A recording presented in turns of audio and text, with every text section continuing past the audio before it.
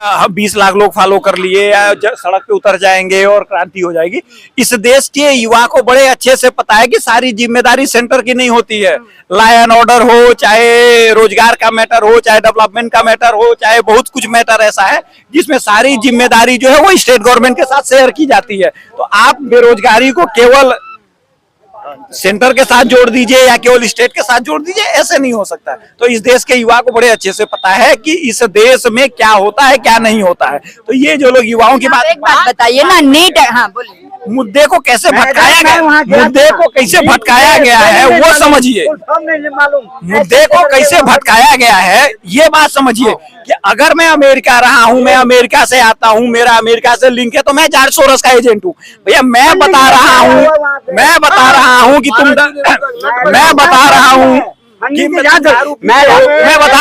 दारू पीते हो, वो नुकसान करता हो, वो नहीं हो सकता है।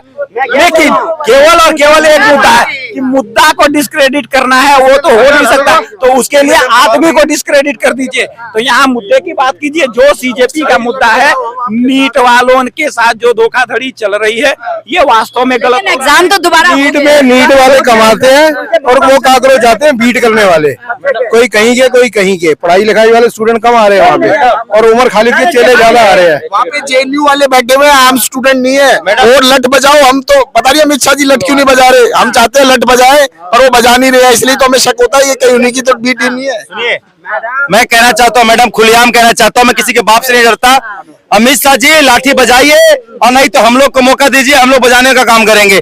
ये सारे पेड वर्कर है, सारे 500 इनको दिहाड़ी मिल रहा है, बढ़िया खाना मिल रहा है, बढ़िया बिरयानी मिल रहा है और सोने के लिए लिमरेरियन जैसा होटल मिल रहा है। और क्या चाहिए? एक मिनट भाई साहब।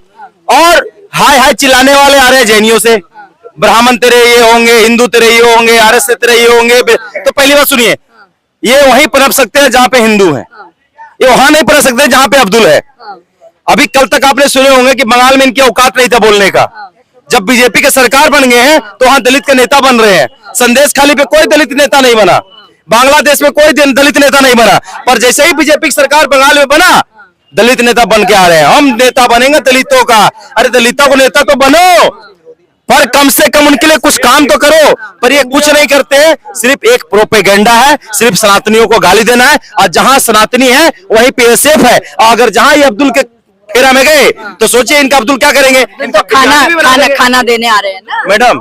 सुनिए, खाना तो हम कुत्ते के भी रोज देते हैं, तो क्या करेंगे? कुत्ता के हम साथ सुता ले? खाना तो हम लोग कुत्तों को भी देते हैं, तो कुत्ता के भाईचारे के खाने से भाईचारे की भावना दिखा रहे हैं। मैडम आज की डेट में बड़ी बड़ी जितना कोठी है ना, सबसे ज्यादा कुत्ता से प्यार करते हैं। तो क्या साथ में बेड पे लेके सोते हैं? बिल्कुल सोते हैं। अरे एक मिनट भाई, बिल्कुल सोते हैं।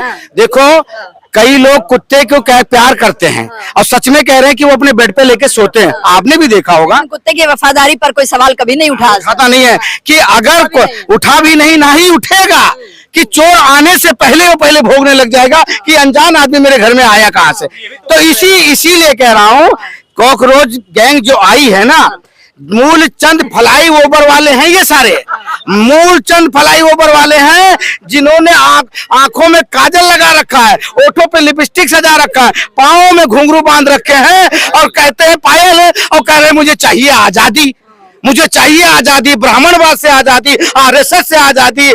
मतलब अब आप बताइए मैडम, जिस देश में रह रहे हो उसी देश की बुराइयां कर रहे हो, और उस देश में अगर तुम्हारा नीट का पेपर जो लीक हुआ है, आप उन पेपर दोबारा हो तो गया, दोबारा हो गया वहां पे। उसके बाद दोबारा होने के बाद वहां पे पूछा गया कि सर कल 21 तारीख को नीट का पेपर है, तो यहाँ पे जो स्टूडेंट आए हैं कल नहीं जाएंगे तो अपना कैसे एग्जाम दे पाएंगे? बोलो वो लोग आए नहीं है। आप धर्मेंद्र प्रधान के इस्तीफा लेने के लिए जो बैठे हुए थे ना, वो लोग क्या बोले कि वो यहाँ पे वो स्टूडेंट है नहीं। तो भैया तुम कौन हो? मुझे तो बताओ तुम कौन हो? और आप सुनिए और आप एक बात और सुनिए, कुछ लोग देखो, आप मेरी बहन जैसी हैं, आप यहाँ पे वहां पे कुछ लोगों को ऐसे देखिएगा, देखे हैं वहां पे सीन जिनका विधानसभा पहले से गिरा हुआ है, वो पहले से विधानसभा भंग हो रखा है और वो कह रहे हैं नहीं मुझे चाहिए आजादी। मैंने कहा दिलवा के रहेंगे आजादी, तुम्हें खालू से मिलेगा आजादी, मैं अपने हिंदुस्तान से दिलाऊंगा आजादी। और पर जो मेरे हिंदुस्तान का खाके कहता मुझे हिंदुस्तान नहीं पसंद है, मैं तो मोदी जी से यही कहूंगा, अमित शाह जी से यही कहूंगा कि भाई इनको किसी भी तरह से, इनको जो देश पसंद है उस देश में इनको पिछवाड़े पर लात मार के भगा दो। अरे वही कर रहे हैं ना अमित शाह जी, यही तो बात है ना, इसलिए तो हमें शक होता है कहीं यही बीजेपी की बी टीम तो नहीं है। अरे बीजेपी की बी टीम है। अमित शाह जी तो लट बजाते हैं, पता नहीं क्यों नहीं बजा रहे जहाँ पे हम चाहते हैं।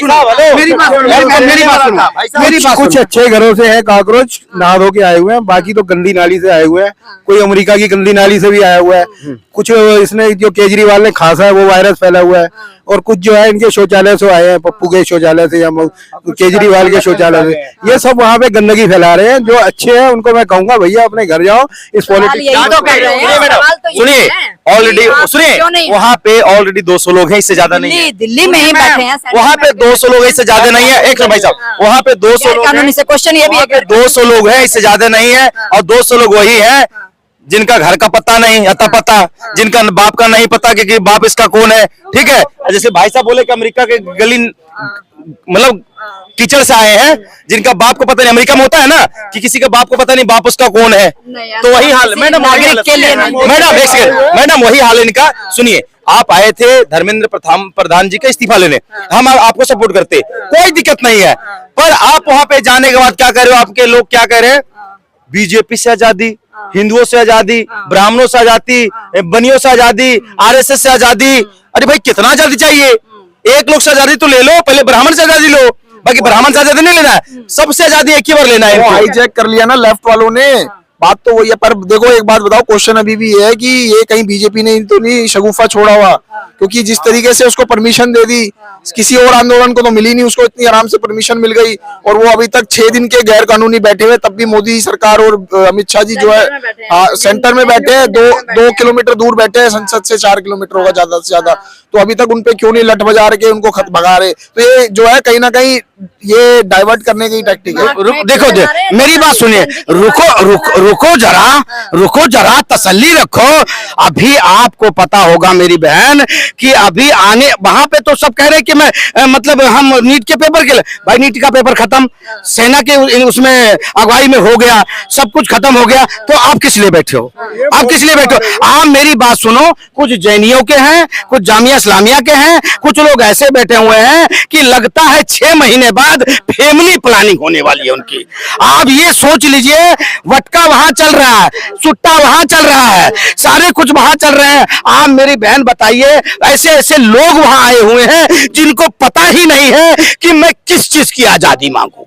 आप बताइए। हम मनुष्य हैं, हम मानव हैं, हमें कीड़ा मकोड़ा नहीं बनना चाहिए। हम भगवान मनु की संतान है, हम मनुष्य हैं, हमें गर्व से हमें मनुष्य बना रहना चाहिए। और अगर विरोध करना है तो उसका भी एक तरीका होता है। तो ये जो आंदोलन है ये बिल्कुल स्टेज आंदोलन लग रहा है, हमें बीजेपी का ही आंदोलन लगता है। ये मोदी के सताए हुए है, मोदी के सताए हुए है। ये वहाँ जाके जो चिल्ला रहे हैं ना, ये बेरोजगारी, ये रोजगार वाले लोग ही है। ये बेरोजगारी ऐसे चिल्लाते हैं जैसे ताजा ताजा बाप मरा हो। ये जो है सब उठाई गिरे। ये सिलेक्ट तो अच्छा जगह किए थे, उत्तर प्रदेश में लखनऊ में गए थे ये कि